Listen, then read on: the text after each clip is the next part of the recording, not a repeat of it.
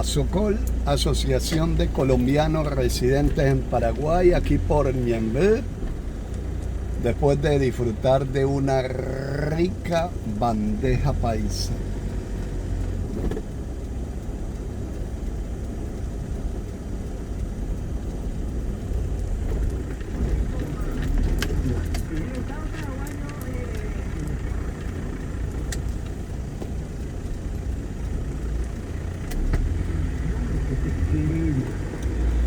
Aquí compartiendo con todos ustedes,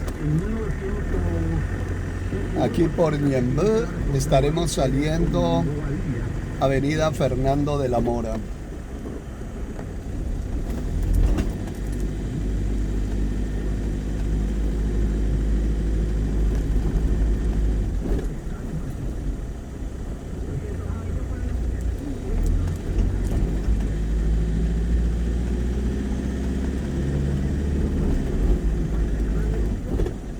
Colombiano residente en Paraguay, Radio Paisa.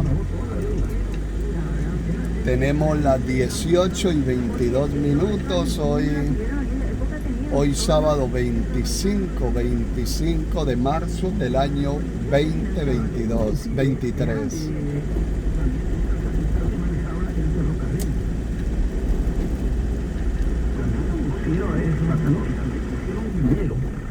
Para financiar los brasileños, gente que había venido de Europa, portugueses que estaban en Brasil y que tenían la intención justamente de explotar eso. Entonces todo eso influía en nuestra política en forma directa y alevosa. Posterior a 1902 asume Scherer, con los recursos económicos suficientes, bien posicionado, director de un periódico y todo eso, y Scherer es el primer presidente civil después de 1870 que completa su periodo constitucional, por lo menos en el siglo XX el primero. Continuamos acá por Avenida, estaremos saliendo en Avenida Acceso Sur. 1921 más o menos, en que de vuelta estalla otra crisis, y es ahí donde otra vez no recuerdo cómo es que llama esta avenida. Atardecer Ñemby. Escritores que llaman Gondra el Breve.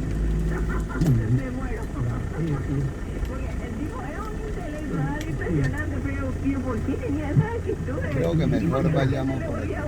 Y aparecen tres figuras a nivel civil, actores civiles, para esa crisis de 1921, 22, 23 inclusive, terminan el 23, que eran Eduardo Scherer, Manuel Gondra y Eusebio Ayala.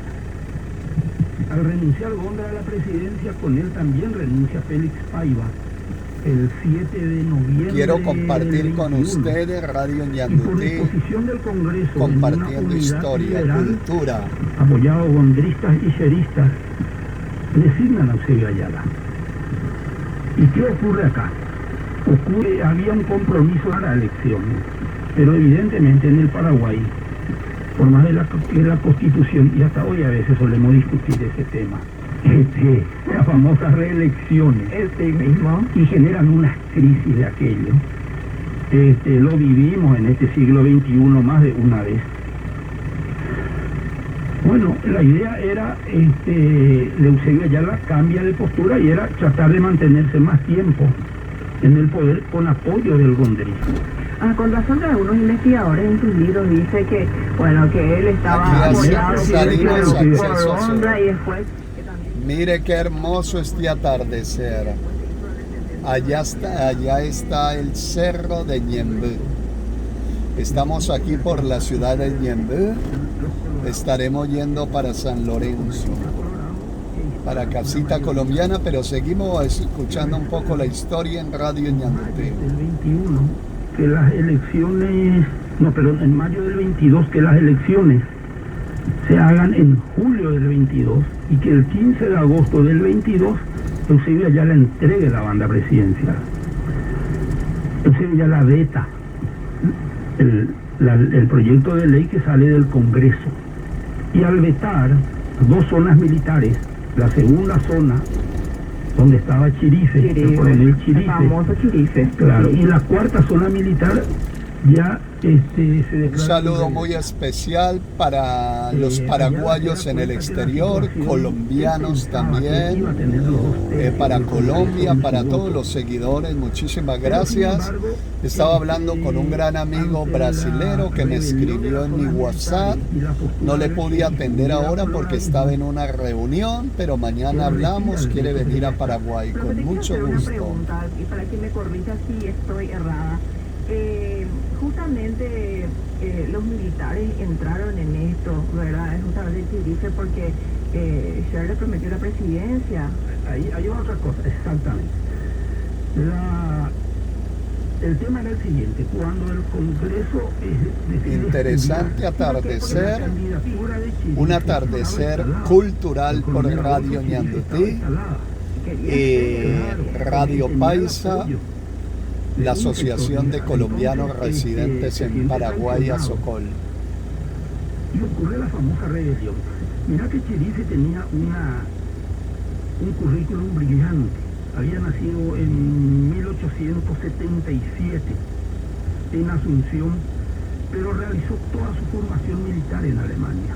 Y es uno de los pocos militares extranjeros que recibió la Cruz de Hierro, la condecoración Cruz de Hierro del propio Kaiser Guillermo II.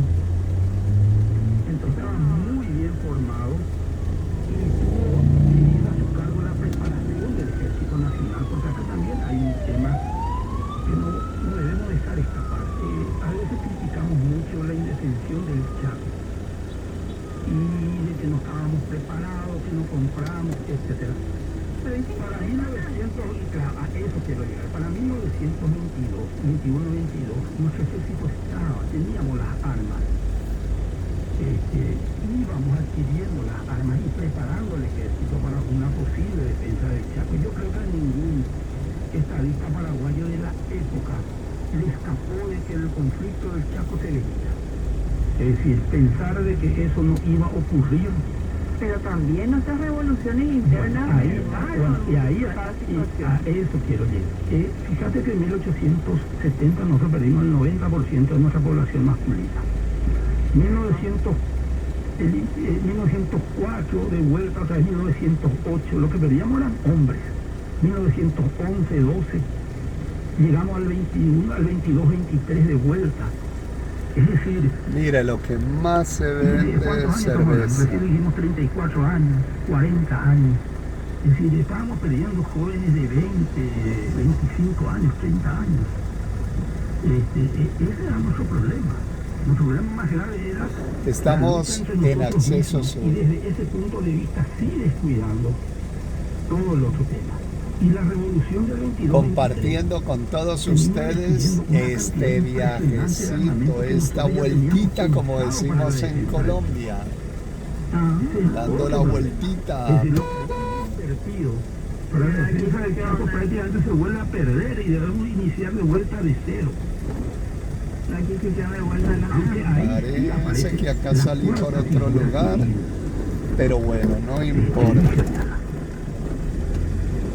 Porque en el 23, cuando acaba la revolución del 22-23, asume la presidencia, en vez de Eusebio Ayala, quien renuncia, asume Eligio Ayala, considerado más allá de cualquier diferencia política. No, si estamos por la ruta que es uno de los para Gil. Y un estadista real, ¿verdad? Porque no solamente estaba caminando, sino él proyectaba ya a futuro qué podía pasar. Eso es lo que hace un político excelente, ¿verdad? Los méritos de Eligio Ayala son innegables, nadie puede criticarlo más allá. ¿Qué es lo que se le critica a Eligio Ayala? Lo que todos sabemos que son tonterías, pero Analicémoslo desde el punto de vista de estadista. Hombre, Y muy poco. Yo creo que en el siglo Lindo XX atardecer, no hay pero un con estadista mucho como calor. Colombiano residente en Paraguay, Radio Paisa, la voz de para la Colombia guerra. en Paraguay. Dejó armado cuando él deja en el 28 la presidencia de la República a José Pegullari. Pero el país ya estaba preparado. Ya el que te diga José P no me gustó a mí. Ese- Ay, Dios mío. Pero estábamos hablando justamente de Eligio. Eligio, De sí. Eligio, ¿no? Y deja armado. Bueno, Chirife ya había participado en la formación del Ejército Nacional. Tenía su arraigo, su liderazgo dentro del Ejército Nacional. Y dentro de ese mismo ejército también ya aparecía la figura del coronel Manlio Zenón, que es toda una institución hasta hoy en nuestro ejército. Tenía su liderazgo. Y el enfrentamiento a nivel militar en la revolución del 22-23 se dan entre Chirife y Zenón, los pesos pesados. Y acá viene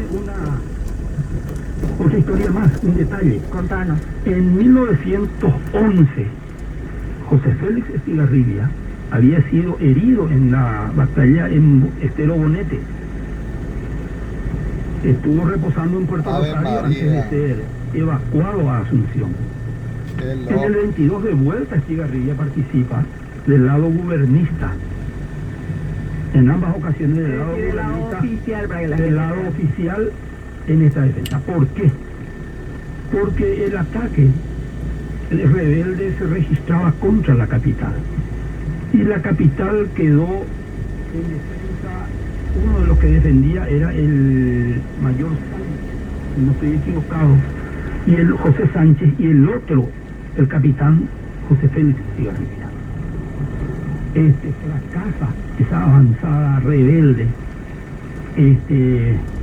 Muere el coronel el coronel Brizuela. Sí, no, perdón, el único que sobrevive es Brizuela, el que muere es el coronel Pedro Mendoza.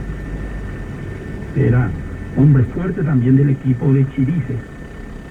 Y ahí entre los tres hombres el que sobrevive es Francisco Brizuela. ¿Y quién es Francisco Brizuela? Había peleado en la revolución del 11, igual que Mendoza, en el 22, y es uno de nuestros héroes de la Nagua. Cuando Emiliano R. Fernández Continuamos acá habla con la de historia de Irarrázaval Paraguay. y Brizuela, A ver, y habla de María. que entre los dos, dice en guaraní, ahora que estamos hablando con el doctor Galeano, Añambaracamoco y Añambaracáis, cuando se juntaban. Y el tercero es Pancholo Caballero.